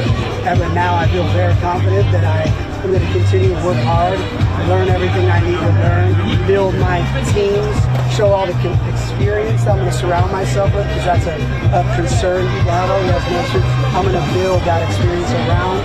We have 5 months to put the best team the city could ever dream of around me. So you talked about you have some of that team in place already. I do have that team. We'll see who's ready to come forward because retaliation is a real thing with Mayor Bass. and people connected to the city. So people that know my team are already very beautiful. One at a time. I'm in no rush, guys. I know you waited a long time. We waited a long time for your supporters. God bless all of them. Thank you for everybody who, fights for me on the comment sections, the DMs, people all over the United States that used to live in LA that had to leave here because it became not safe, too expensive, and just dangerous again. So thank you to all over the country, people in other countries that support me. Thank you to all my prayer warriors. So many people pray for me. They come up to me on the street, they hold my hand, they pray, and so thank you to everybody's emotions and the hope people put on me. Again, I'm going to prove to everybody this is for real, and I'm ready to run the city. Are you going to debate Mayor Bass again? And what do you want to tell her? I love debating her on NBC. I look forward to a couple more on NBC and Fox. We can do debates every Friday if she would like, because it's actually became my most favorite thing to do. So yes, as many debates as Mayor Bass would like. What would you like to tell her now that it's on? Oh, I mean, she knows it's on. I hope she's ready, because I literally could not be more excited. This is a campaign that started because you lost your home in the Palisades fire, because your parents lost their home in the Palisades fire. But you have said it's evolved. Now you're concerned with public safety and rebuilding. Is that the platform that you're going to start with right now in these next 5 months? Again, I got in this because as a citizen, I felt like my city failed myself, my neighbors, my family. And when I got on this mission now, I look around and the city's failing most of Los Angeles. And now I'm in all these communities and I'm hearing everyone's issues and problems. Excuse me, sir. Thank you. People are all across the city You're talking about homelessness, you're talking about drugs, you're talking about crime, you're talking about the lack of police, fire department. The list of failures across the city. There's people that just want the potholes fixed. Mayor Bass has allowed the city to be covered in potholes. We don't have sidewalks. We don't have lights. So on the basic level, there's people that care about that. Then there's the moms who want to be able to go to the parks and not see anybody shooting up fentanyl with their pants off. I was in the Valley yesterday, a beautiful Persian restaurant, and the lovely owner said, Spencer, they have naked drug addicts in front of the kids when we're trying to have food at the restaurant. This is across the city. And again, as mayor, I'm going to help these homeless people, these drug addicts. Right now, this idea that it's just, we need more beds, I agree. We do need beds in treatment facilities, mandatory treatment. That's not jail. Criminals deserve to go to jail. If you're abusing animals, you're going to jail. If you are doing crimes, you go to jail. But if you're just an addict addicted to super meth or fentanyl, well, I'm going to get you the mandatory help that these moms come up to me and say, my daughter is not homeless. She has a family, but she needs to get off of meth. Spencer, final words for everybody, for the voters of Los Angeles, for those who've been the voice of the angry and the frustrated here in LA. We know you got to go, but what's your I don't have to go. I'm just, we're just closing in on you. I almost think we just invite you guys all into the back of my facility.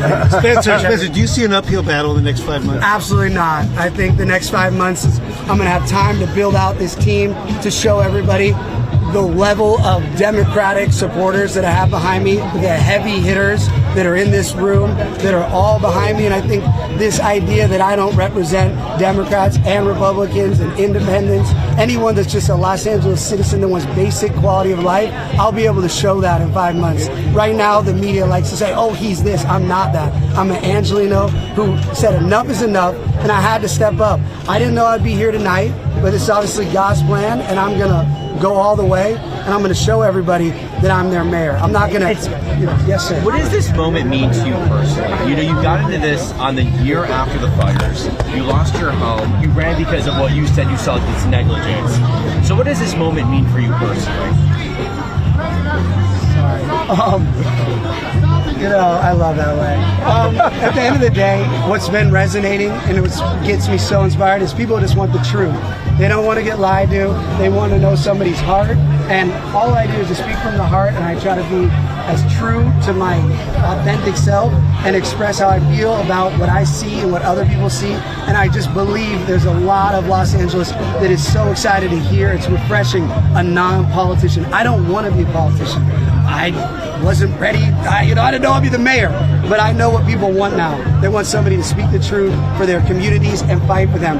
Whether that's with the new governor, whether that's with the 2 presidents I'm going to deal with, whether that's with the city council.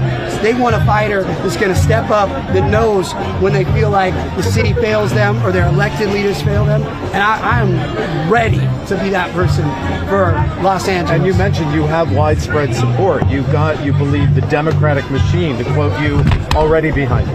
Absolutely. I love you. Thank you so much. I have a great night. Thank you so much. The communists already lost. So, thank you.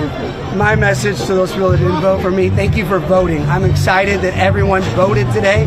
One thing I've learned is a lot of people don't vote. My goal by November, whether it's you're voting for me or you're voting for Mayor Bass, I'm going to get more people to vote. We don't have a city that votes and cares enough about our city. Everybody's given up because they've just accepted failure, nothing changes. Things can change if you vote. So to the people who didn't vote for me, thank you for voting and caring about your city. I hope to switch you and show you you're going to be voting for me in November. But regardless, we need 4 million people to vote in November. Your opponents keep pushing you as MAGA and ultra-right. Are you ready to take that on? And how do you respond to that? My opponents, it's very clear, are all pathological liars. They lie on all their statistics. They lie on the reality of the city. I will be taking on my opponents with facts and the truth, and the voters are going to see the truth. I don't need to convince liars to stop lying. Spencer, final words tonight for the people of Los Angeles. Yeah, I want to say I love you. God bless you. I love this city more than anything. That's why I'm going to fight to be the most successful mayor that we've ever had. People will doubt it. One day they'll be like, wow, he really... Interrupting is wild. I'll turn in a second. I love everybody. Thank you for the believers. Thank you. Why is this guy ripping my shirt right now? Hey, Billy, okay. Thanks for coming out. Okay, I'm gonna go get some tacos. Thank you, and I'll look back and say thank you. I'm gonna go. Hello, have a great one. I'm gonna go through this one. Puede. 2 immigrants, $12 and a dream. They came to California in pursuit of a better life. A construction worker and a clerical worker. They faced long odds, hard obstacles, doubt and discrimination. But they've got ganas, guts, grit, and game all wrapped up in one. It keeps them putting one foot in front of the other. Cut to 7 decades later, their son, the product of their sacrifice, first in his family to get to a university and get a degree, takes his own leap of faith. He dares to run for California's higher office, the office of governor. A campaign fueled by little more than grassroots support, some sweat equity, and the full faith and confidence that California is always worth the fight. Almost immediately, he's counted out, an afterthought, overlooked by many, outspent by a ton. Even called along the way to drop out and save us all the trouble. Well, guess what? The underdog stayed in the fight. Like my parents, I never gave up. Never stopped putting one foot in front of the other. Never stopped believing in the beacon-like goodness of California. And thankfully, neither did you. Because we know the true miracle of democracy is this. After all the exhausting ads are run, the pundits are spun, and the billionaires try to buy their way in, it's the people, only the people, who get the last word. And tonight, the people of the great state of California, in the greatest nation on earth, have spoken. Loudly and proudly. And while I take nothing for granted, there are lots of ballots left to be counted. It appears that we are on track to advance to November. One step closer, One step closer to the son of those hard-working immigrants, Maria and Manuel Becerra, becoming the next governor of the great state of California. Now that's more than a Hollywood ending, more than a milestone. It's the everyday miracle of living in a state that regularly makes the improbable seem inevitable. And I couldn't have done it without you. The doctors who clocked double shifts but still found time to canvass. The teachers who became our best volunteers the minute the afternoon school bell rang. The small business owners and union members who kept our economy running by day while walking door to door at night. The firefighters, the janitors, the caregivers, the nurses and longshoremen, the students. Most of all, I wouldn't be here without Carolina, Clarissa, Olivia, and Natalia. You are my superpower. You are my secret sauce. Everything I do for families just like ours who deserve their shot at the California dream. You know, I ran for the job because I know how important California is as a shining light to the world, radiating hope, freedom, opportunity, an unwavering belief in science, public schooling, enterprise, and foundational justice and human rights. California is America on fast forward. It's gleaming spotlights on the better angels of a more perfect union. A preview of an America, not just for the privileged or the partisans, but for all the people, by the people.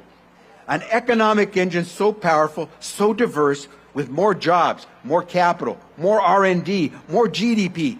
We lift up the entire nation. We are America's center tent pole. But I also know there are powerful forces aligned to darken our light. Distrust, disinformation, division, and distraction. Make no mistake, those forces did not want tonight to happen because their success depends on our failure. The last thing these forces want is a working class governor with a law degree and a union card ready to call them out. They know that I can't be bought. They know I can't be bullied. And they know I will not back down. Now, we also recognize that despite all of California's growth and innovation, wealth and workforce, there are still too many Californians who feel shut out, priced out of the winner's circle. They feel disconnected from the economy, from our government, from the job market, the housing market, and from one another. In this new world, it feels like the old guarantees no longer apply, and the promise of a brighter future is an artifact of the past. For all of California's greatness, we sometimes struggle to meet the standards we set for ourselves, or to be the example that a divided nation or the next generation of dreamers so desperately need us to be. Which is why, as your governor, I am ready to lead the fight to uphold California's promise. To make sure we have the governance worthy of our gifts. To ensure everyone, regardless of where you live, what you've learned, who you love, how you look, everyone has a rung on California's ladder of opportunity. It starts with access to affordable homes. We are going to launch a building revolution in California, starting with the thousands of shovel-ready housing projects already in the pipeline. And in America's wealthiest nation state, no excuse is acceptable for allowing people to live unsafely on our streets. A healthy economy also needs healthy communities. So we'll restore the promise of affordable health care with universal access in California, including our underserved and rural communities. We'll expand our global leadership on climate, safeguard our air, our water, and our coastline. And we will never surrender green growth jobs of the future to Washington politics or international competitors. We will invest in our schools like we mean it, expand early education, childcare, and paid family leave, the real family values.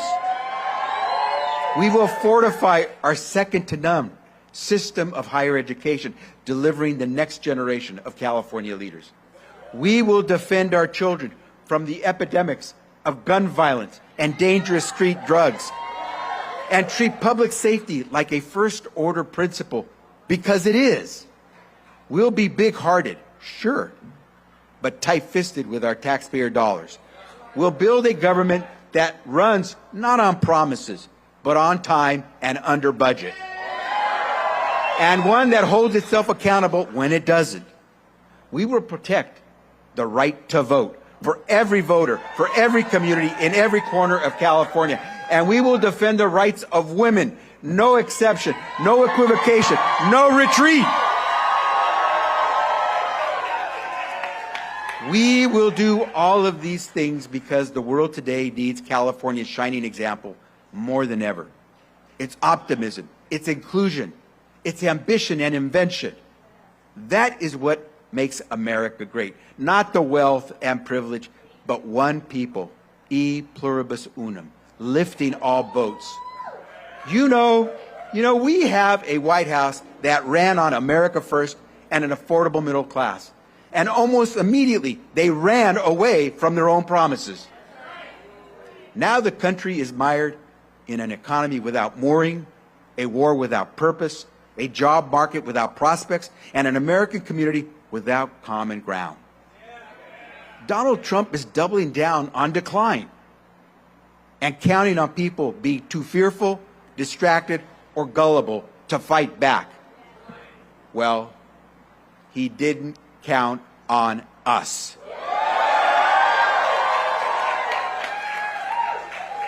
As governor, I will never back down from the threats of small cowards in big offices. I sued Trump more than 120 times before, and I won, and I won, and I won. And anyone who wants to come at California will have to go through me. And here's the good news. California is bigger than Trump. Our values are undeniable and undeportable.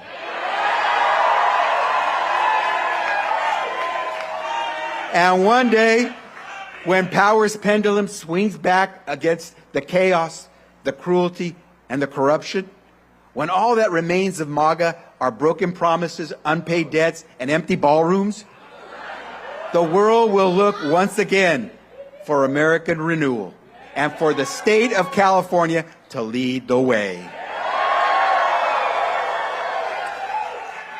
More than ever, California needs our voices and our values.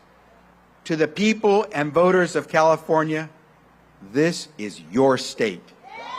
Este es tu estado.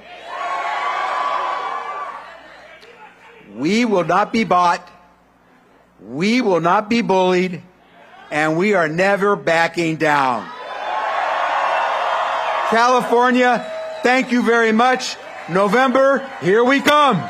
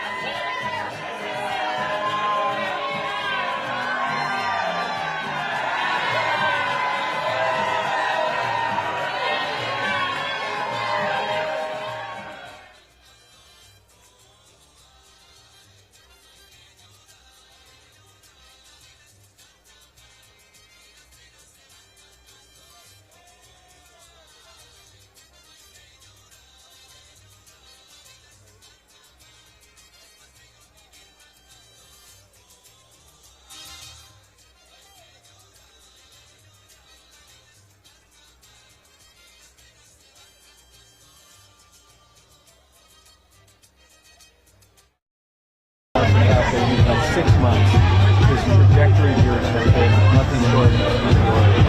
Has the moment sunk in yet of where you are now? You have now become a serious contender to lead the nation's second largest city. You could be Spencer Pratt, the next mayor of Los Angeles. Are you ready for that? I'm ready for whatever God puts in front of me, and obviously I was going to accept whatever God's plan was tonight. I was going to be happy if I wasn't moving forward because I would have known God didn't want me to be the mayor. But now I feel very confident that I am going to continue to work hard, learn everything I need to learn, build my teams, show all the experience I'm going to surround myself with, because that's a concern people have always mentioned. I'm going to build that experience around. We have 5 months to put the best team the city could ever dream of around me. So you talked about, you have some of that team in place already. I do have that team. We'll see who's ready to come forward, because retaliation is a real thing with Mayor Bass and people connected to the city. So people that know my team are already very good. One at a time. I'm in no rush, guys. I know you waited a long time. We waited a long time for your supporters. God bless all of them. Thank you for everybody who, fights for me on the comment sections, the DMs, people all over the United States that used to live in LA that had to leave here because it became not safe, too expensive, and just dangerous again. So thank you to all over the country, people in other countries that support me. Thank you to all my prayer warriors. So many people pray for me. They come up to me on the street, they hold my hand, they pray, and so thank you to everybody's emotions and the hope people put on me. Again, I'm going to prove to everybody this is for real, and I'm ready to run the city. Are you going to debate Mayor Bass again? And what do you want to tell her? I love debating her on NBC. I look forward to a couple more on NBC and Fox. We can do debates every Friday if she would like, because it's actually became my most favorite thing to do. So yes, as many debates as Mayor Bass would like. What would you like to tell